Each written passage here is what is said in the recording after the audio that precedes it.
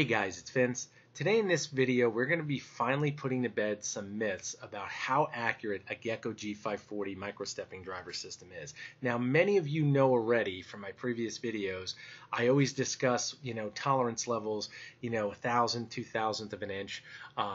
What's really amazing is when we talk those tolerance levels and we talk about repeatability, when guys always ask me about, what drives I recommend and why did, I'm dealing with a Chinese drive, should I go with the Gecko? And then it usually goes into the pricing configuration.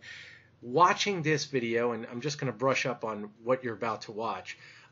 This is a video from Innovative CNC. He's an actual friend of mine. His name is James. James, let me just tell you a little bit about him. He's a fantastic guy, very, very, very knowledgeable in machining on both personal end and professional end. He's been in manufacturing quite some time in engineering, and you will know that immediately as you watch his videos. James is definitely not a novice. He's exemplary with Fusion 360 Mach 3. He knows exactly what he's doing, and if you watch these videos, especially, he's only got a couple right now, and they're going to go, he's definitely starting to streamline and getting more done. He's a busy guy, but after you watch his videos, you guys will very plainly see this is not a novice. This is a guy that knows exactly what he's doing and follows a process through everything he does to get from point A to point B, and that's what I talk about all the time in my videos. Machining is all about your process and knowledge. And with that process and knowledge comes the details. And you'll notice as you watch his videos, everything is detailed and broken down. And again, he's got a great talent for explaining things. And honestly, I found out that he was local to me. I watched a couple of his videos, and I knew what he was capable of. Believe it or not, he runs a 3020 Chinese CNC. So you guys out there who think you need a big chassis, you don't need a big chassis. This chassis is tiny. I think it's got like a foot working dimension. I mean, 12 by 12, something similar to that. It's 300 by 200 mil, I believe. I believe that's what it is. But overall, very, very small working capacity. But the machine is super capable when you give it to someone who understands details and understands machining in general. And again, James, he does. And you guys are about to see that. And what's really amazing is seeing a machine this size perform with a G540 and what is capable with it. That being said, after I met James, we sat down, we talked. I saw what he was capable of with a Chinese board. As far as getting the machine accurate, he was able to achieve 4/10,000ths of an inch accuracy with that Chinese board. I said to myself, you know what? I bet you with a G540, this guy would be just a demon with it. So I said, you know what? I'm going to give it to you. I wanted you to do a real review on it, check it out, tell me what you think. And again, he was nice enough to do it. He agreed to it. Gave him the drive, gave him the power supply. There was no money exchanging hands. There's nothing for me to gain here other than an unbiased review of you actually seeing the drive in action and getting to see for yourself what you can achieve and what kind of parts you can expect with this type of drive. Now, like I said, when we're dealing with the G540, we're dealing again with a micro-stepping drive. Most of you guys out there who have messaged me are adamant about, what about these new ClearPath servos? What about servo drives in general? You're going to find out really quick there are specific uses for servos and there are specific uses for steppers. 9 out of 10 of you will be fine with a stepper-based system, and these videos will prove it. I mean, there's no other way I can explain it, but watching this in action, you will be able to see. Watching his other videos, he's using, again, prior to this G540 video, there's only 2. He did a retrofit on the machine and actually filmed 2 videos doing it. Prior to these 2 videos, he was using the Chinese board. So realistically, the parts that he created with that accuracy was done on a Chinese board utilizing the same stock motors that the machine came with. So that'll surpass all of the myths out there that you need this motor, you need that. It's all BS. All you need is the knowledge, the process, and you can get amazing results. James's results certainly isn't typical with that Chinese board. However, with the G540, I can tell you right now, if you guys follow his process, what he depicts right here in this video, you guys will get amazing results with your machine. Don't cut corners.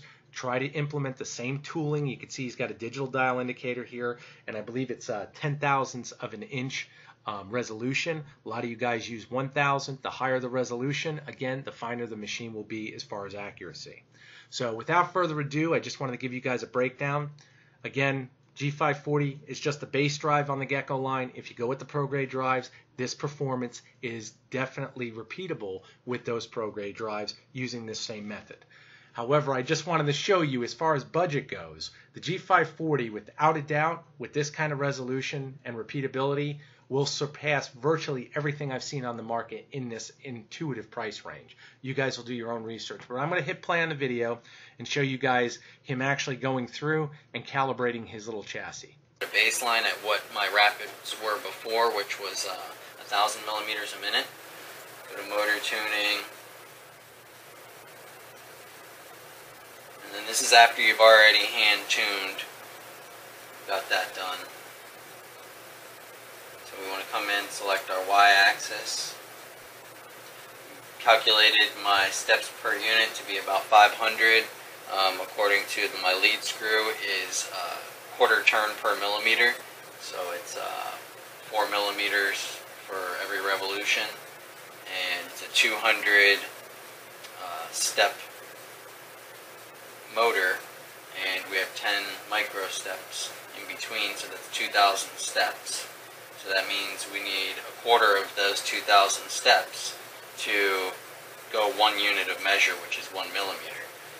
Guys, about the steps, setting the steps per inch, you can do exactly what he said and do the math to give you a baseline, if that's what you want to do. Again, it's all theory. It has not been confirmed, and you will find out, and again, I've said this in my previous video on axis calibration, you will find out your numbers will still be off if you just go the mathematical calculated route instead of actually factoring in actual calibration physically with the machine and, of course, the dial indicator.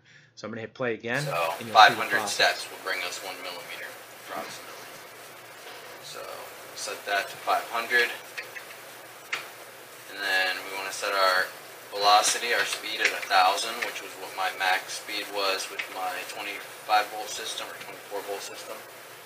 And then the acceleration, you want to just kind of plot it on a nice angle there. What you're kind of looking for, in my experience anyway, is about a 45-degree angle up. It could be a little shallower than that, but you don't really want it any steeper than that for the acceleration. I know with the last system I was running my Z-axis had the fastest acceleration at 120 millimeters per second. So we're going to go with the Y before, I believe, had 85. So we'll just we'll go with that for right now. Try and set it up similar to what I had before as a baseline. For step pulse and direction pulse, I know it says 1 to 5 on the step pulse, but it's like kind of a commonly known thing on forums and stuff that you should set it to about 15. I've heard some people say 10. I've always done 15. What it does is it gives it a little longer of a pulse duration time for each step, so that it can have some more time to open the opto isolators, which are transferring the signal from the computer to the driver to isolate the systems. Guys, he's absolutely right with that, with the step and the pulse. Again, the longer that's open, you guys will have a more definitive signal. The one thing to keep in mind as well is that it depends on your computer speed, which really dictates that anyways, because it's translating the signal. If you're dealing with a new i5 Intel or i7 or a high-end AMD CPU, typically you're going to be fine. If you're dealing with XP, again, you can adjust that as high as you'd like to give you a longer duration, like he stated. But overall, that's totally up to you, the end user. I agree with everything he's saying. It's a matter of really the computer speed is really what's going to take over at that point, because the drive itself, again, is just communicating with your computer. So just keep that in mind. So I have, again, step pulse is 15, direction pulse is 5. I'm going to save my axis settings. Click OK. And then I'm going to hold down the shift key so that we wrap it at our maximum for that axis. And then I'm going to operate the Y with my hotkeys. And that's all I'm going to do is just go back and forth. Seems kind of slow, but I want to warm up the motor, so I'll just do this for a couple minutes. You could write a simple G code to do this, but you pretty much have to sit here anyway. After a minute to finish the calibration process, you may as well just punch some keys. Okay, so we got it all warmed up now. Now we want to get to the calibration. So what I'm going to do is... Guys, when he's talking about warming up the motors, just to let you know, that is technically best practice to always warm up the machine itself. It will take a second or two to generate enough heat to loosen everything up. The bearings themselves, everything gets hot, gets seated. You will see a variance, especially when you're doing access calibration. That's something, again, like I said, he's imperative with details. The guy is exemplary. So pay attention to that. And again, I know that's really cutting edge. If you really want to do it right, do that. I mean, let the machine warm up, cycle it back, jog her back and forth, get everything in retrospect to where, okay, I'm operating now, whether it be 5-10 minutes. I believe he only did it for about 5 minutes, just to make sure everything is seated, and then you can progress forward. Wrap it over until I just come to this stop that I've set up here. Okay? And I don't want to go back in the other direction and induce any backlash. And that's the other thing. We need to make sure we have our backlash off. So don't enable any backlash for this calibration process. And the next thing we're going to do is zero out our Y on our DRO and here on the dial indicator. We're going to go to our MDI, set our feed rate at our maximum, which is 1,000 millimeters a minute right now. And we're going to hit Y minus, since this is the minus direction. We're going to go minus 25. That's the max capability of this dial indicator. We should be somewhere close to 25. We're at 2501 already, so just we're really close already. So now we want to go back to Y0. And we're going to, remember, we're going to get backlash in when we head back to the other direction, unless we have zero backlash in our lead nut and screw. Okay, so then we want to back off some more manually. Go back to Y0 again. Should be pretty close, yep, we're right there. Then we want to try to go back to minus 25 again and see if it's repeating. Yeah, so we're right there. So we're within 0.01, so that's really good. Go back to 0 and advance off one more time.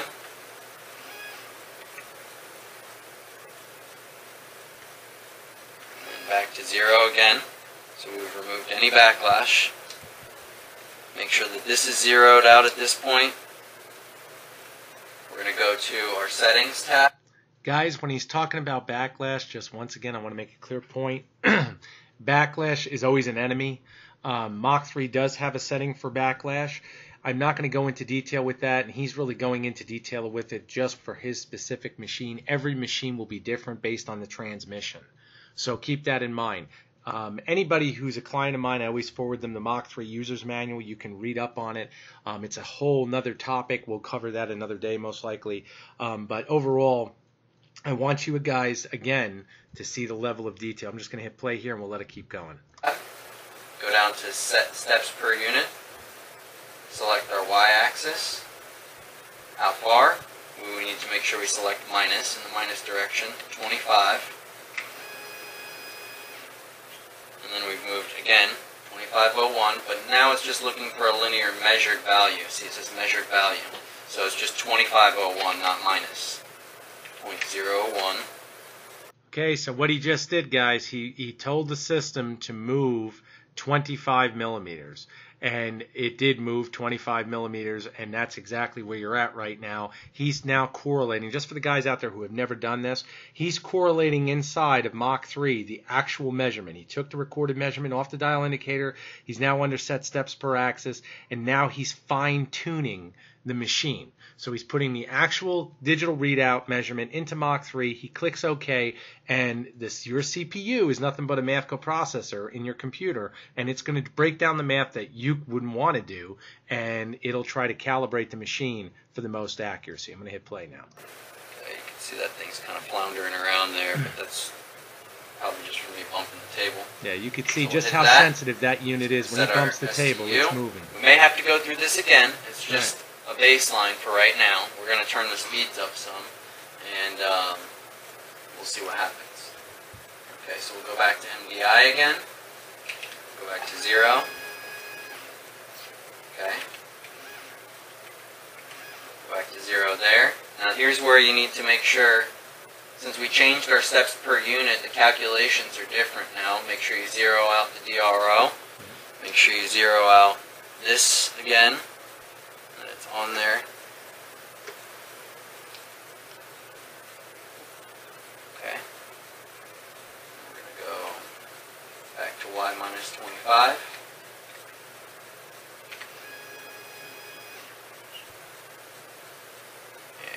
We're still reading that 0.01, but again, that's the tolerance of this dial indicator is only 0.01 plus or minus.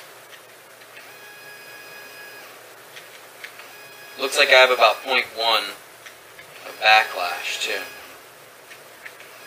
So what I'm doing is I'm using the hotkeys to go through these previous entries, and I just want to keep doing this a bunch of times back and forth, and I want to get an average of what my reading is there every time. So I'm not caring about once I go to the other side, just the 25 value. What is my average reading over like 10 or 20 of these cycles? If it's still 0.01, then I'm going to go back to the steps per unit, and we're going to set it again and see what we come up with. If it's right on, then we'll just leave it, and we'll start turning up the speed until we get any changes. Now, guys, think about what he just said. He's running a cycle to see how accurate that indicator is going to be as he keeps moving the system. So as he cycles it back and forth, if he sees a variance, then he will go in based on it on a number that's arbitrary. So if you say, I'm going to go 20 cycles, see if I'm off by 1,000, then I'll put in another calculated number from the actual indicator physically into the system. So she'll do the math to correspond with the correction. That makes total sense because you're going by the law of averages. You have to realize that the repeatability is based on how many times you're willing to sit there and cycle the system. Okay, so realistically, the longer, the higher that number is naturally, the more repeatability, accuracy you're going to have. Overall, also using a high-quality measuring instrument, and guys, I know that's a Pittsburgh, I know that's typically a Harbor Freight model. Those indicators are very, very good, believe it or not. They work fine. They're not a Matoyo or, a Starrett that's, $800, but I'm telling you now, they are really generally very, very accurate. So please don't be hung up on, I need the absolute best. You don't need the absolute best. You want one that's accurate. Again, repeatability is what we're after. We're looking for, your plunger mechanism. You want to make sure everything in the indicator is working as it should. And as long as you don't have, or I should say you have the proper resistance in the plunger, you're going to be fine. I'm going to hit play now and continue.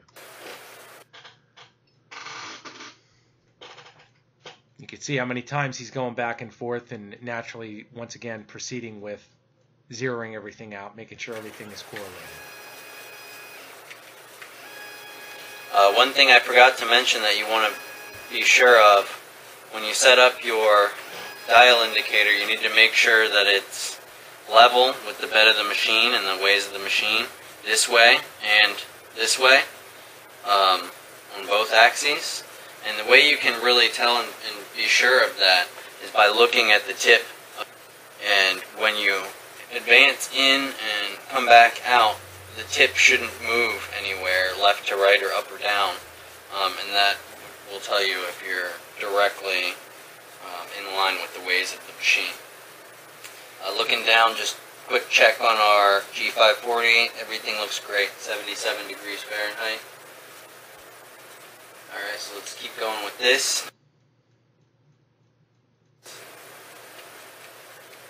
Okay, so now let's address our backlash. let's go up to config, backlash, y-axis. We're going to set it up for 0.1. Oh, and make sure we enable that before you hit enter.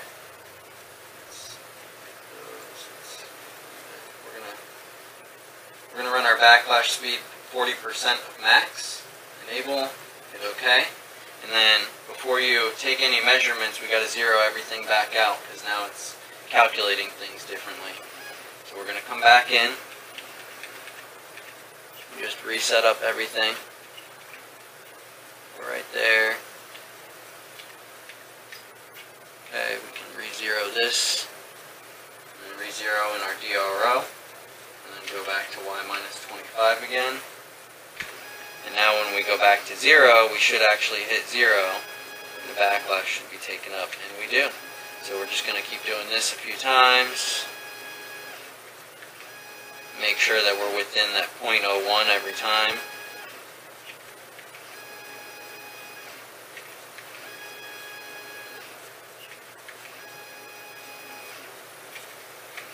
I'd like to see it hit dead nuts right on every time, but that's pretty close. I mean, let's do a longer travel distance now. So we're going to back up manually all the way back here. And then I'm going to go to -25.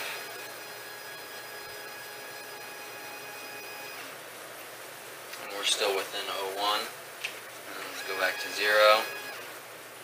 Again within 0.1. So we could probably just zero this out and not have that 0.01 every time.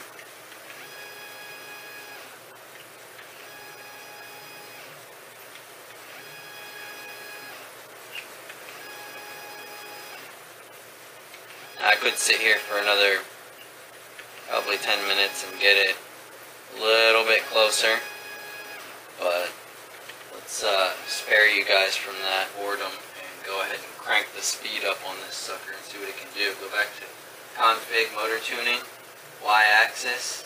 We're going to just straight double it from here and go to 2000.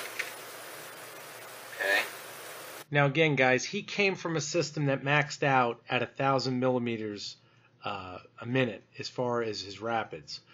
Now he's going up. He's already basically got the calibration where he wants it. Now he's finding the sweet spot to where he would find either a problem with the machine as far as a misstep in as far as calculating, and again finding that level of envelope to where he can actually use the machine and still have that sweet spot of accuracy. This again is the correct way to do it. I see a lot of guys online using rulers and all other types of genre of measuring instruments. Realistically, you're buying a robot for a reason. Okay, and I know some of you out there are saying, well, I only do woodworking, I don't need it to be that accurate. You probably don't, but let's think in terms of down the road, it's nice knowing that your machine is set up that accurate as a baseline. And then wherever you want to let it go, which why you'd ever let it go, I don't know, but some guys are, they really just don't care enough to go through the entire process because it is lengthy. It's not something that you should look at quick because, again, especially if you're in a business, you're looking for the quality of the product. This is essentially it right here.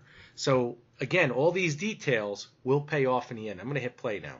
I also want to turn up my acceleration some. Let's go up to 100 on that. Save the settings. Let's try it out.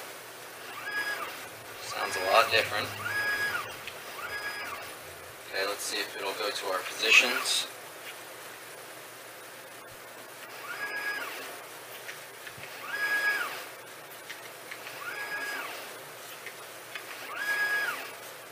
Look like we're missing any steps here. Right on every time.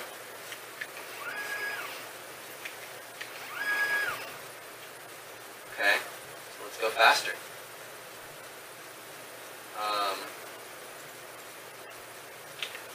Actually, that wasn't set there.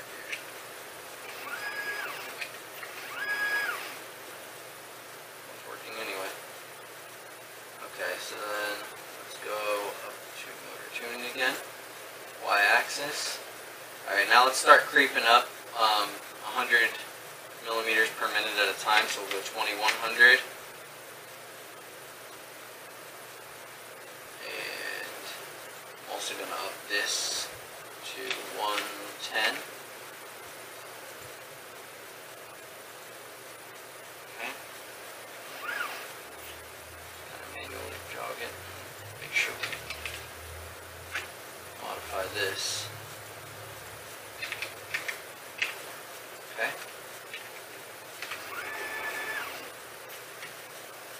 Right on.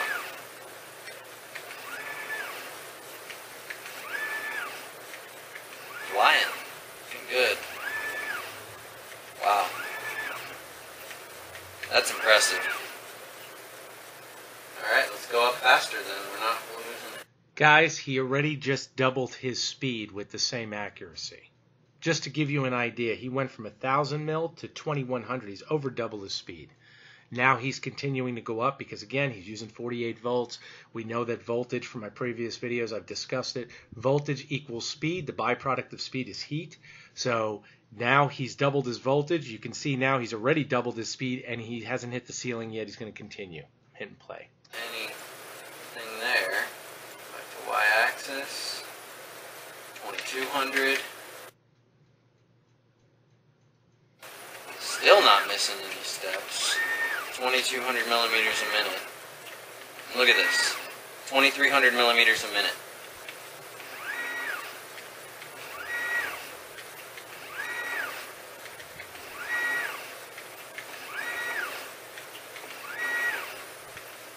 Off by less than half a thousandth of an inch every time. You heard it, guys. Off by less than half a thousandth of an inch every time, and he doubled his speed. I rest my case. You guys are seeing it now, but wait, it gets better. Watch the video. 0.01 of a millimeter. Most of the time it's dead nuts.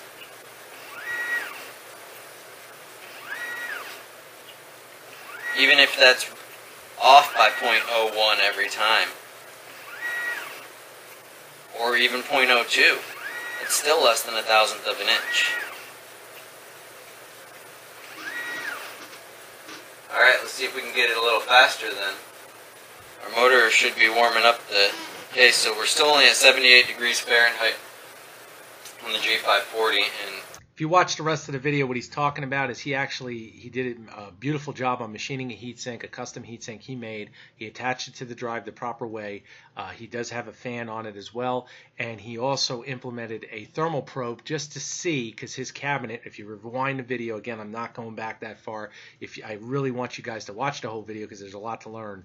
But overall, if you watch it, you'll see that he actually implemented the thermal probe just to give him feedback on what his drive temperature is, which, again, you guys are more than capable of doing that, and it's still great knowledge to have. I'm going to hit play now. Obviously, we're only running one axis, so it's not really pushing it right now or anything, but just to get a baseline.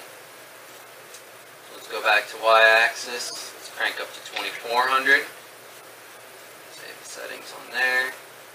Okay, guys, he went from 1,000 to 2,400 mil now.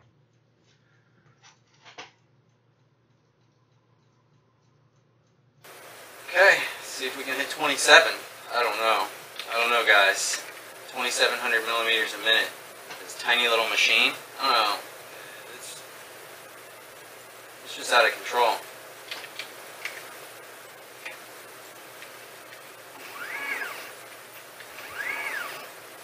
Okay, I was 02 off.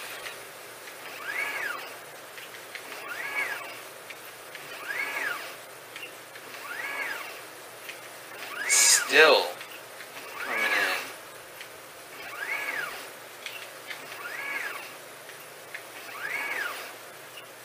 What? Dude, that is crazy.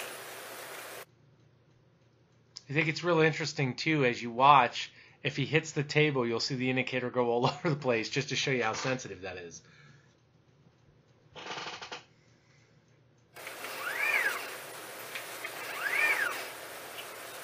Insane, guys. Insane. Gecko drive? Oh my god. Dude, it's like taking this machine up a whole another level. Seriously, 2,900. I'm just going through how much faster I'm going to be able to run programs in my head, and it's mind-boggling for me at this point, because I'm so used to waiting an hour or 2 hours to get a part done, you know. So when you guys watch these videos on YouTube and you're looking at the rapids going back and forth and you really have no measurement to define what those rapids mean, I hope you find this video and watch it at least to this part, because that should make you real excited to think that this kind of accuracy exists. And he still has not hit the ceiling yet on this machine. He went from 1,000 and now he's pushing 3,000. Let's continue to watch. Oh, because I was limited to 1,000 millimeters a minute rapids. Okay, so we just got to keep pushing this, I guess, until we get to the point where it's missing steps. So jumping up by, we got to be getting close. I'm just going to jump up 200 this time instead of 100, then I'll go to 32. And I kind of feel like we'll start losing some steps there.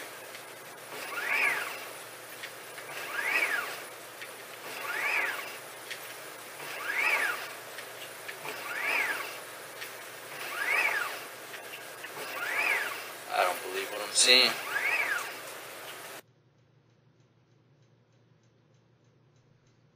Okay, let's pump it up. Let's just jump up to 35. I don't know where the ceiling is on this thing, guys. This is crazy. I would have never guessed. I thought 2,000 was going to be where we would be sitting, but this is incredibly pleasing. Okay, so we definitely missed some steps there. 0.08 off. Let's try it again just for... So let's discuss that now, guys. Okay, all those guys out there have already watched the Clear Path videos where they show you a stepper missing steps. He's missing steps because he's now exceeded the capacity of both the drive and the machine. Okay, the lead screw in the machine and the mechanic structure of the machine with everything that's now incorporated, he now knows he's exceeded the threshold and now he's going to decrease it. Now, is there something wrong with the steppers? No, there's not.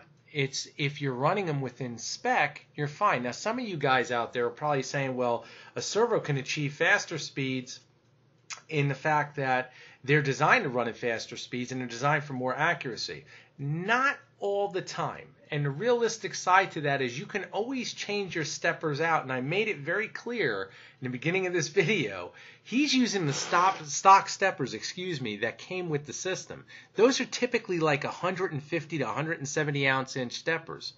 I can tell you right now, when he moves up to his 300 ounce steppers, I just forwarded him 300 ounce steppers, I'm really going to want to see this video again as far as what he's able to do, because again, steppers are not designed for high RPM. They really generate most of the torque on the lower RPM side. And with a lead screw system, the 3020s from China and the 6040s and even the 6090s, they all basically use the same type of transmission structure. So realistically, as he increases motor size or you increase motor size and match it to your transmission, you can offset any type of speed you want to achieve typically by just adding a larger or more defined motor with different calibration settings. Meaning, if you need a motor with lower inductance, if you need a motor that's an NEMA 34 instead of a 24, these are all the variances and variables that make up making a system. That's why when you call me, and most of my clients, I always recommend calling me to discuss things, because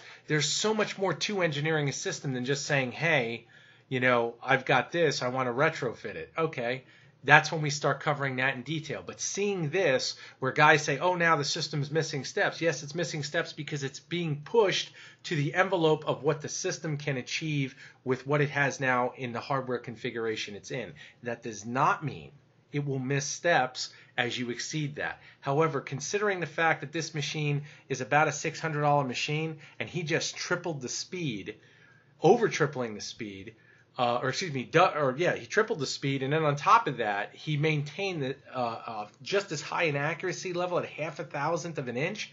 That's ridiculous. When you think about that, there's nothing I can think of now in general production and manufacturing. Again, I've been in full scale and, again, small scale, whether it be jewelry, fishing lures, sneakers. I've dealt with everything. Wedding cake manufacturers, you name it. I can tell you that kind of accuracy for general production, you are well within range of profiting. So just keep that in mind.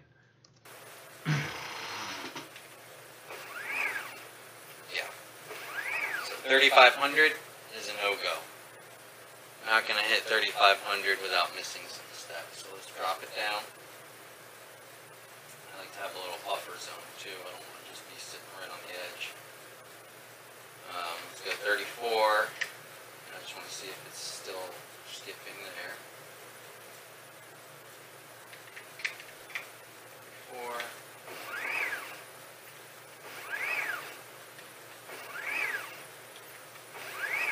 Looks like it can hold there.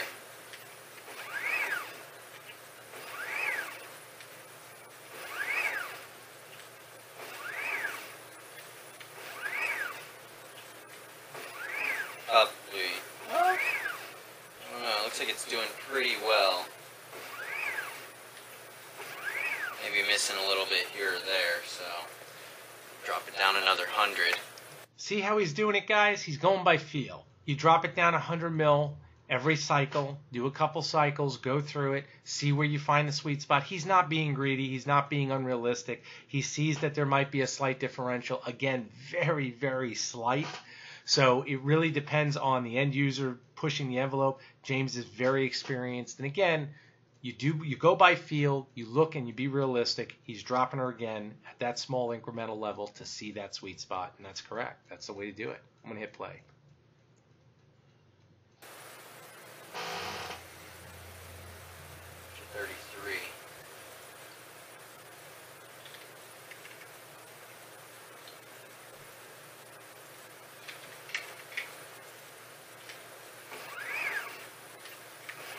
The sound right there too. It's got a really smooth, like optimum sound with that speed. Alright, I think that's where she's going to live. 3,300 millimeters a minute. This is where we're going to keep her at. Doing great so far. And this really brings up the excitement level for this machine here. I'm just thinking about all the plastics and stuff, how much better I'll be able to machine at higher speeds and things like that.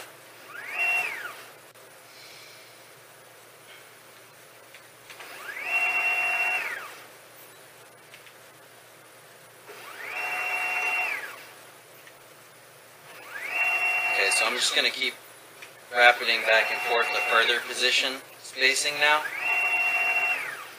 Cover a little more distance and see if we can just still repeat on the 25.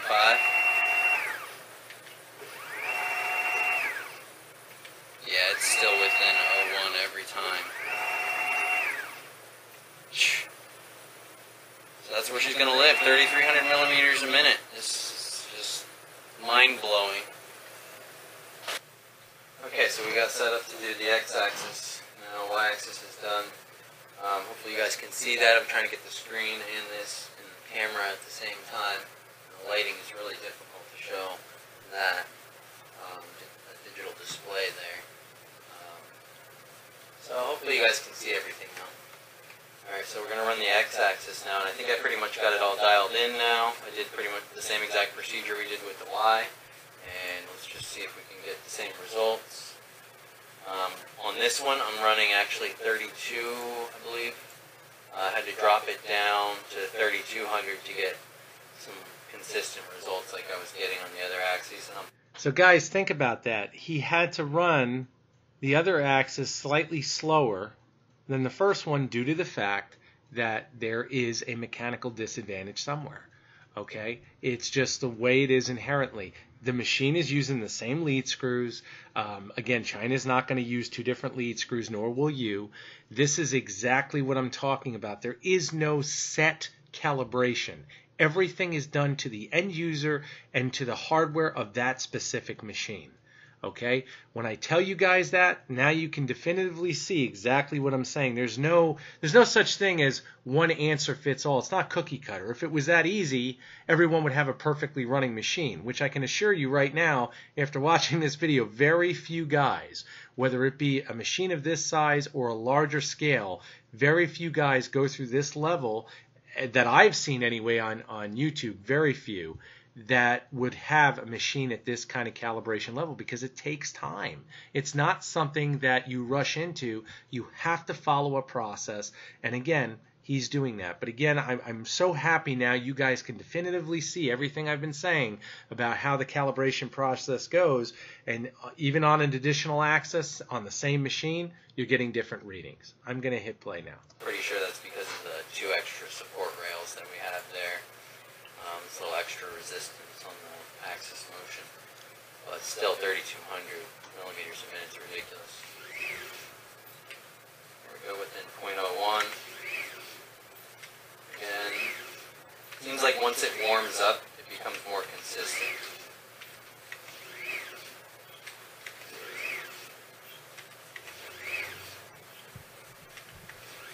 Got a little bit of deviation here, but let's get it warmed up and see if we can.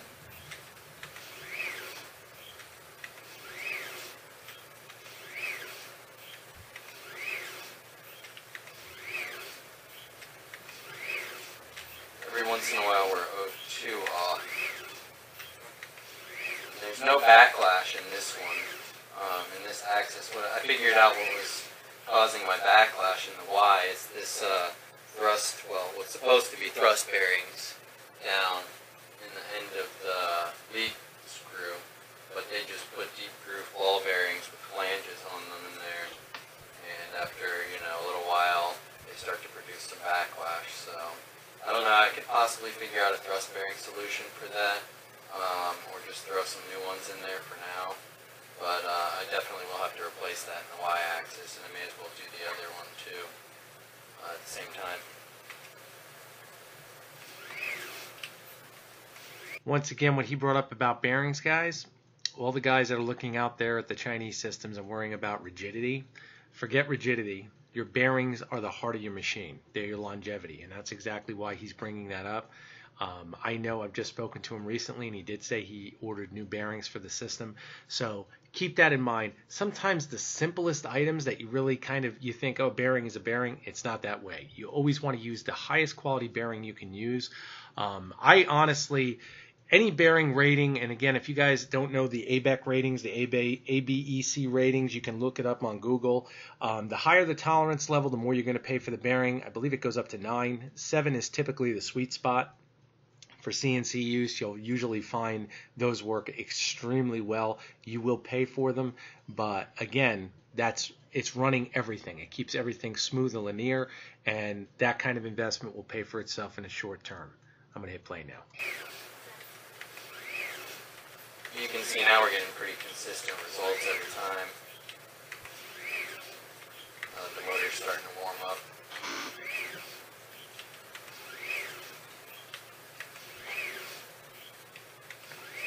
So from the stepper motor,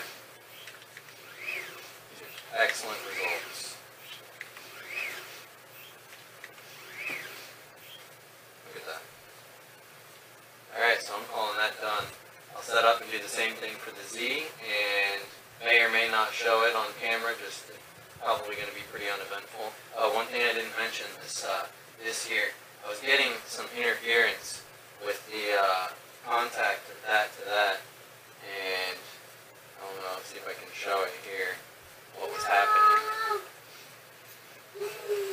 That's my son in the background playing the game, but you can see how it's kind of just flipping out there. Now if I put this here, just to isolate the electrical, it's nice and stable. So there must be some current flow going through there. That's how sensitive your system is, guys. When I talk about EMI, you could see he actually figured that out himself. And again, that's from experience. A lot of guys would think something's wrong with the actual indicator. Any electrical EMI, especially on a metal type plunger like that on the indicator, and it being digital, it's affecting everything electronic around you. So keep that in mind, just like he's doing now. By adding that piece of paper just to diffuse the situation, it works perfect because it's non-conductive.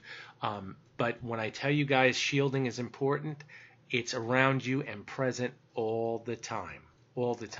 So just keep that in mind, and I'm glad he brought that up because, again, it's definitive proof. Even the slightest bit can affect your system, especially when you're doing something like this. It could be really more or less a cat chasing its tail if you can't define what's the actual root of the problem. So keep that in mind. I'm hitting play. Between the spindle and the chassis of the machine, so I don't know. It's apparently not affecting our accuracy. So, but in case anyone was wondering, that's why this is here. Alright, so we're ready to make some chips. So I got a 3/4 inch piece of 6061 in here, and I got a 3-flute fresh YG end mill in there. It's a long reach, extended reach. It's got longer flute length on it so that I can get down and clean up the whole entire side there. I'm going to run it with the flood coolant off so you guys can see what's going on. We're just going to do a lot of side cutting on this. This is a fresh end mill, so I don't want to chip a tooth on it, plunging or doing anything crazy with it right now. What we need to do is get a baseline for how the machine likes to machine certain materials now. Since the driver components are different, we're running different speeds and we're running different torque on the motors, we really have to get a feel of what this machine likes to machine at for feeds and speeds. Anybody who's run multiple machines before or worked on different machines that are vastly different in capabilities will tell you that you can't just go by a feeds and speeds chart and expect your machine to perform optimally based on that information. You have to kind of play around with settings and do things manually and get a feel for how it's going to work. If you have like a $100,000 plus Haas machine or something that's an industrial style machine, then you can pretty well go by their feeds and speeds recommendations because you know the rigidity of the machine and you know the horsepower capability of the spindle, and you can factor all of that stuff in pretty well. With a system like this and the smaller machines and stuff, there's harmonics issues, there's a lot of other issues that you really need to understand the physics behind to really be successful with what you're doing. And you don't really have to have a super in-depth understanding, but you do have to be willing to play around with it a little bit to get a feel for what it likes. So I'm going to run it with the coolant off when I do this. I couldn't have said that better myself, guys. Everybody out there who is using any type of system like this, the smaller grade system, even bridge ports, if you're doing a retrofit, you've really got to get a feel for your machine. And I say that more towards the retrofits, just like James pointed out. If you're doing a Haas or a really newer type machine, their feeds and speeds, again, they're going to be rated at a much, much different level because they're going to have the time in testing to see what this machine can perform with certain types of substrates. Our machines, you're building based on your substrate, or you should be, based on your applications. One of the first questions I always tell you guys, or when I speak to you, I always ask, what is your application? What are you doing? Are you using it for MDF? Are you using it for wood? Are you going to go to aluminum? Are you going to go with steel? Are you going to go with granite, titanium? Whatever it may be, we always need to define that first because your machine will be set up for that primary application. Therefore, the hardware and everything that supports it has to be there. This is why you guys, believe it or not, the more you learn about your equipment, if you ever did step up to a pro-grade machine, it would be almost like you're lazy, because the machine itself has so much done to it that you're so used to dealing with, okay, I'm fine-tuning every single aspect. This machine has so much more there for you. And again, that's what you're paying for. That is what you're paying for when you're looking at a $100,000 plus machine. You're looking at that ability to walk in, program it, go to town, be done. Your machine, you're paying a lot less. you've got a smaller scale system. The accuracy we've just defined, it can be there, but there's a lot more fine tuning of your machine that you must be willing to put that time in to learn, and you'll get there. As far as the capability, you're going to watch what he can do with this, and I still find it most amazing because this, just the size of the system. When I hear guys saying I have trouble, I don't know what I can make, and how do I make money? Watch this. Which, obviously, things are going to change when I turn the coolant on. I know I can bump stuff up a little faster and a little more depth of cut. But just to get a baseline, let's do this dry and see what she can do. So I've already got it lined up. I just touched off of there, and I'm down at the bottom, so I'm going to do full depth, or pretty close to it anyway. And I'm only going to take little steps in, probably about 0.3 of a millimeter to start with, and we'll see what happens. First pass is just going to be a skim to get a skim of the surface, and then we'll go from there. So my rapid speeds before and my machining speeds, I would cut aluminum around my full rapid capability, which was like 900 to 1,000 millimeters a minute. So I'm going to start there, and then I'm going to go up incrementally, little by little, and see what our surface finishes and stuff look like.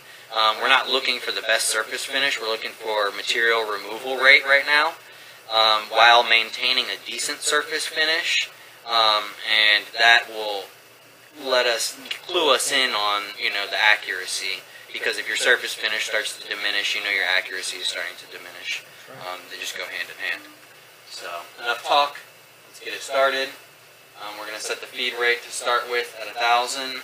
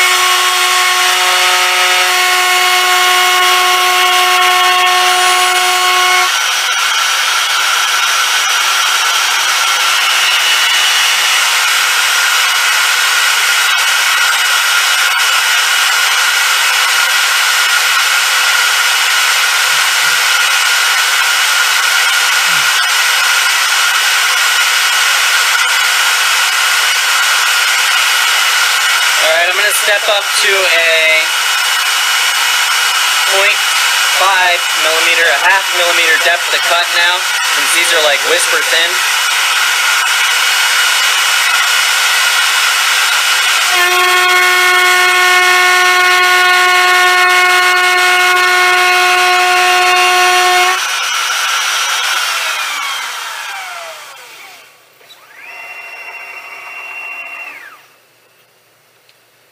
Alright, so that was at 1,000. And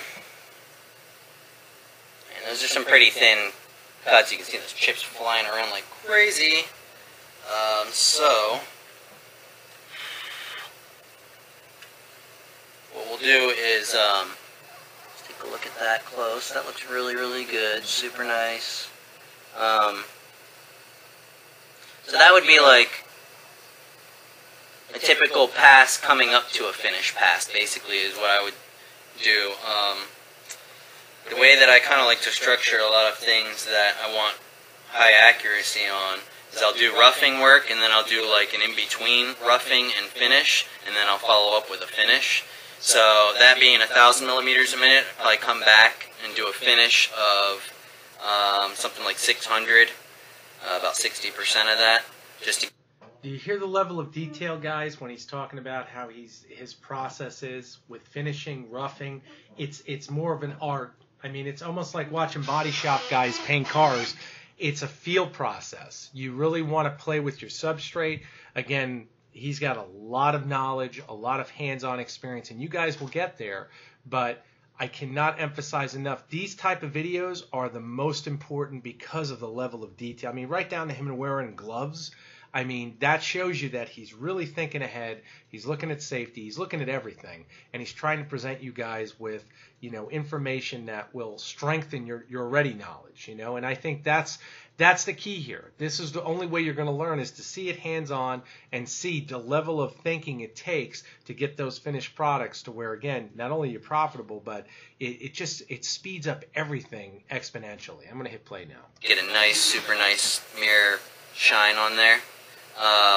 So that would probably be the fastest that I would run this thing at that depth of cut on this machine, because it felt like, you know, it was probably starting to push the spindle on here, being that we're running almost 20 millimeter depth of cut, 3/4 of an inch, it's 19.05. 20 millimeter depth of cut, 3/4 of an inch, and I want you guys to think he's using 3/4 of an inch 6061, and he's using a Makita wood router. I'm going to say that again, a Makita wood router at 1.25 horse. So when I tell you guys at a 2.2 kill machinist router, that's 3 horse, and this machine is doing that with that, imagine what kind of a monster this machine would be with that kind of power. Or a 6040 or a 6090 or whatever chassis, whether it be CNC router parts or whatever chassis you go with. Think in terms of that in relative to machining terms of what you just saw, and that gives you the idea of the potential you have. Again, it's all based on hardware, okay? We're not missing steps. We're not seeing any of the stuff that's inflated online and the misinformation online. Oh, God, servos are so much better because, you know, steppers are missing steps. Guys, machine is set up correctly. You're well within the spec of the envelope of the machine. You're not missing steps. And overall, it just see what spindles are capable of when you set the machine up right. That just proves it right there. I myself, for aluminum work, the 2.2 is still the sweet spot as far as ultimate in power. You will have the pinnacle of power is definitely there. When you start stepping up to 3-4 kill, that's definitely pro grade level. It's, you know, you're strapping an engine to the machine. I mean, essentially that's what it is. So keep that in mind. And again, this video depicts everything for you guys in detail to get a feel of when you're designing your machine or where you're going with the machine that you already have. This shows you what you can actually do. I'm going to hit play now. And this is a little thicker than 3/4. It's like 19.3 or something like that, I think. So, you know, I wouldn't be doing rough cuts at that depth and that width of cut. I'd probably do half that depth and double the width of cut at about 1 millimeter or something around there if I was going to go faster. So let's try that. So let's come up to Z minus, let's go 10. That's going to bring us to a 10 millimeter DOC. Let's try 0.7 millimeters first, and we're going to run it at the same 1,000, and then I'll start bumping it up. Crank the spindle in.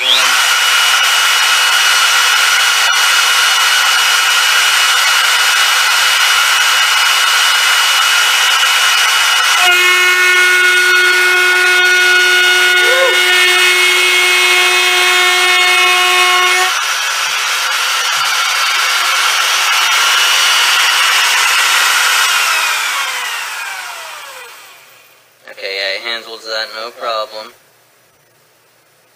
Making a hell of a damn mess in my house, though.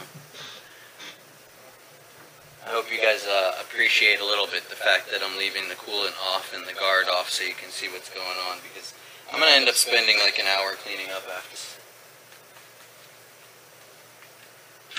Okay, so let's start pushing it. Let's go up to 1200.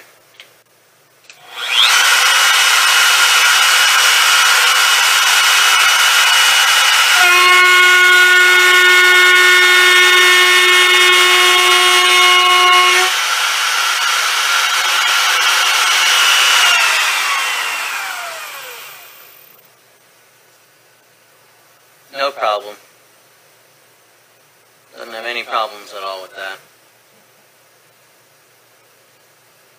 Now keep in mind he has his coolant off, guys, and if he's running coolant, he could probably go, as he stated earlier in the video, much faster. And of course, this is just for video purposes and editorial purposes of him showing you the cut. Your end mill will last, oh God, it has to be at least 30 to 40% longer using proper coolant. So when I see guys cutting on YouTube and endless places online without coolant metal, all you're doing is putting money out the window, really, because your end mills are not going to last near as long. I don't care if they're spraying intermittently with WD-40. Get yourself a coolant system if you plan on working with metal and do it right. It will save you money in the long run. I'm going to hit play now. Very good. Alright, let's take another pass now. Let's bump it up a little faster. Let's go 1400 millimeters a minute. 1400 mil a minute, 3/4 of an inch stock on a machine that's under, what, about $600. He bought his used. I'm just pointing out the details, guys. I'm hitting play.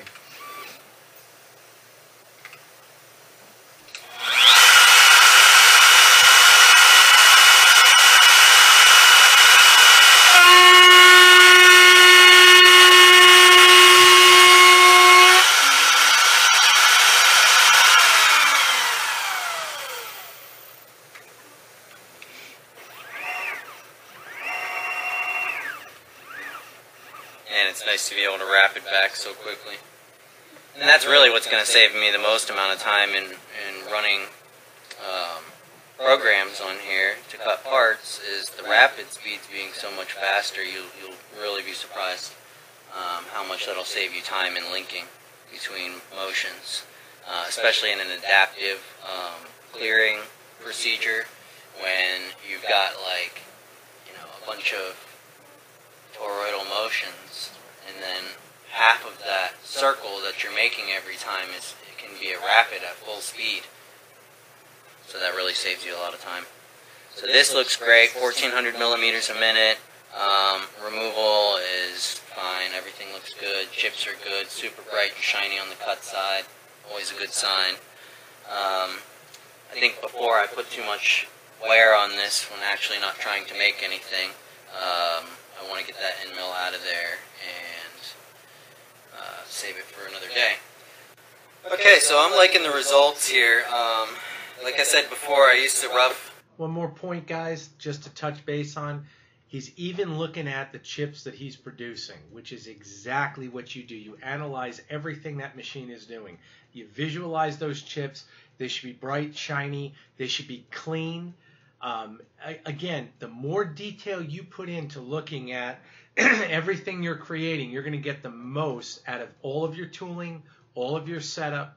Pay attention to these things. Write them down, like I said, because I'm telling you, it's brilliant to see when the machine is working and the person that's running the machine understands what it's speaking its language, and you've got to decipher it. When you see someone doing it correct, it really is cool to watch, because he knows exactly where he can adjust, where he can deviate from what he's done before, and that'll give you the best result at the end when you're preparing that product for your client. I can't emphasize that enough. I'm going to hit play again. At about 900 to 1,000 millimeters a minute for most operations in aluminum. This pass we just did was 1,400, so that's quite a substantial increase, and I feel pretty comfortable with trying that for now. I don't like to push my stuff too hard at once, as I don't think anybody should do. You should take some steps with your equipment, otherwise you're going to end up making mistakes and it's going to cost you money. Did you hear it? I hope you heard it, because it's absolutely true. Walk before you run. There's no rush. Take your time, dial in the machine, and move forward.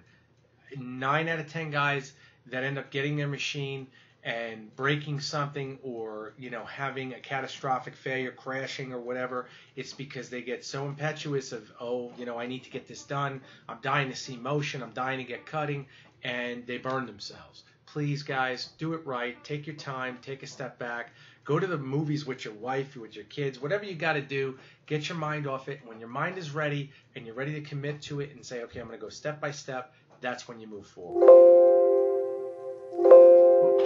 Battery. And time. So, think about those things. I know I do all the time. And it's important, especially when you're starting a business or trying to increase your profits. So, I think I'm going to end this episode here. I hope you guys, took a lot away from this and see what the advantages are of switching over from a cheaper Chinese starter kind of driver system to getting into, a US-made product that can offer you some better results. I mean, obviously, you didn't see me calibrate my other driver before and the accuracy that it had, but I tell you honestly that it didn't hit the marks that this Gecko drive hit when I was doing the calibration every time. So, it being a 16th micro stepper, you would think logically that it would give you a resolution advantage over a 1/10 micro stepper. But if you do your research and you learn about, micro step bunching and different things that can occur with cheaper, lower cost systems, then it makes sense that this US made drive would be more reliable and more accurate. And obviously, with it being a double the voltage that it was, it's a hell of a lot faster. And if you consider theoretically, double the voltage from the last system, I should be only be able to run about double the rapid speeds. But in this case, we've gone up 3 times, and that's most likely due to higher quality components in the drive, as well as the fact that we're 1/10 micro stepping instead of 1/16. So that allows for a little more speed too, I guess. But all in all, I would say I'm very happy with this. Would I purchase one? Yeah, I would definitely purchase one, especially if I was going into business, doing like any kind of router or machining, small scale stuff, or even small production stuff. I run some production stuff from time to time, and I do big pieces like this, and have a whole bunch of them to do, and obviously it's going to cut my cycle times down a tremendous amount and maintain the same resolution that I've been getting for accuracy. So I can't say anything really bad about it. I think it's a great driver. So I got some new tools coming in for these next episodes coming up. I'll probably do I know I'm going to feature this new end mill that I received for review. It's a Piranha. I got it from Midwest Supply. So I'm going to do a full video on that, and we'll talk about the features that this end mill has, and we'll give it a run and see how it does. Other than that, going back to engraving and money making that way, I'll probably feature a video doing some photo engraving stuff and see what this can run at now for cycle times for doing that type of work. I got a bunch of new engraver bits in, so we should have a good time with that. And then one final thing, I got this micro fly cutter in, and it's got a little high-speed steel bit in there that I'm going to have to grind, and I want to do one end for aluminum and the other end for steel.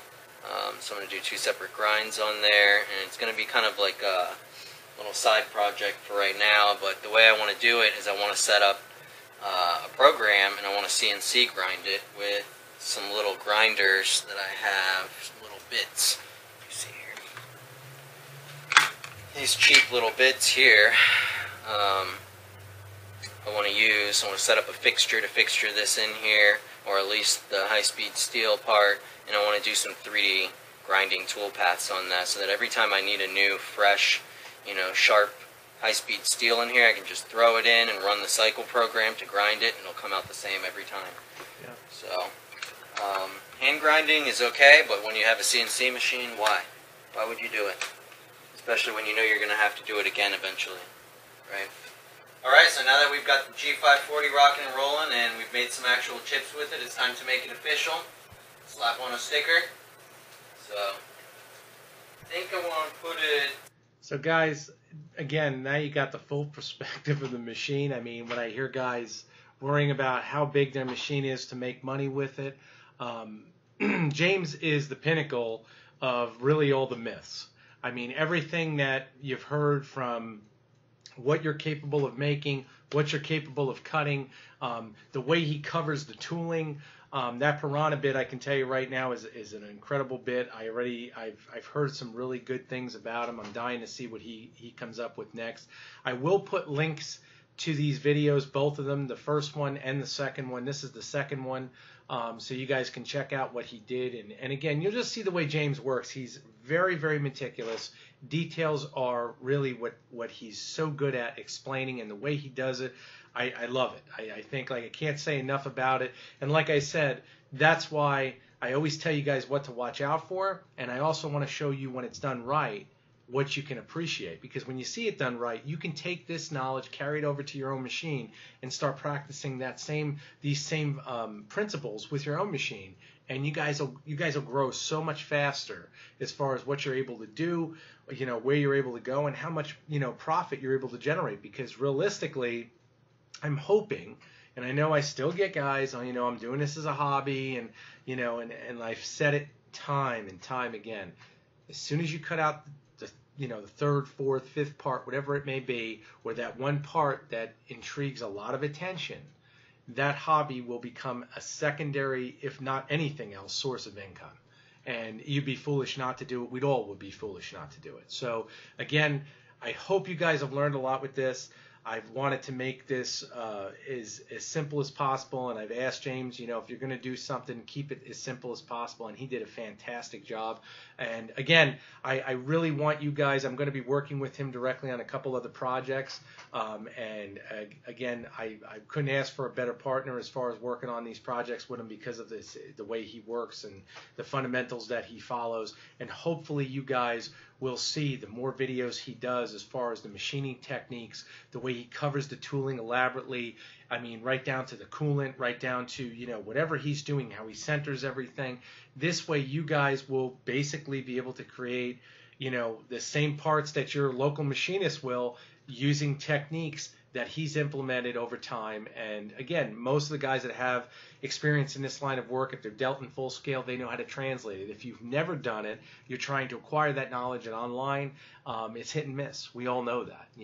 A guy running this table back and forth showing you rapids, like I said, it means nothing. Watching a guy like this showing you rapids with that kind of repeatability, that's where it's impressive. That's where you can sit down and say, man, that's incredible. What can I do with that accuracy? And that's what you should be going through in your mind. What should be going through your mind is, what can't I make with that accuracy? All I need to do is figure out the table size for my constraint of my applications, and I'm set to go. So again, I hope you guys have a great weekend. I meant to say it is Friday. I know that most of you guys are coming home from work or watching this whenever. Have a great weekend. Again, if you guys have any questions, my name is Vince. I run eDealers Direct Automation on eBay. It's eDealers Direct. They shorten the name. You can message me there, or message me directly on my email at storm, STORM 2313 @gmail.com. I'll do my best to get back with you as soon as possible. Again, right now it's peak season. I'm really busy, but I can't wait for him to do some more videos, and we get started on some other projects, and I'll be showing you guys some more cool things. Thank you again. Take care.